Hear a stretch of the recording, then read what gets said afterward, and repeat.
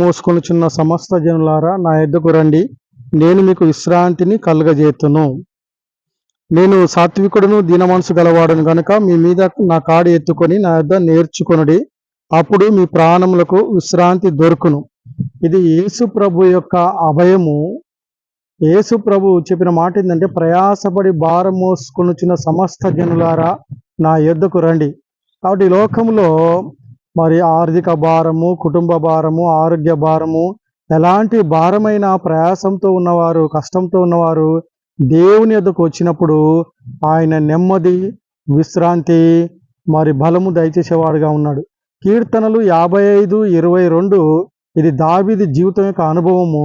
నీ భారము యెహోవా మీద మోపుము, ఆయనే నిన్ను ఆదుకొను. సామెతలు 16:3 ఇది సొలొమోను రాజు యొక్క అనుభవము. నీ పనుల భారము యెహోవా మీద నుంచుము, అప్పుడు నీ ఉద్దేశంలో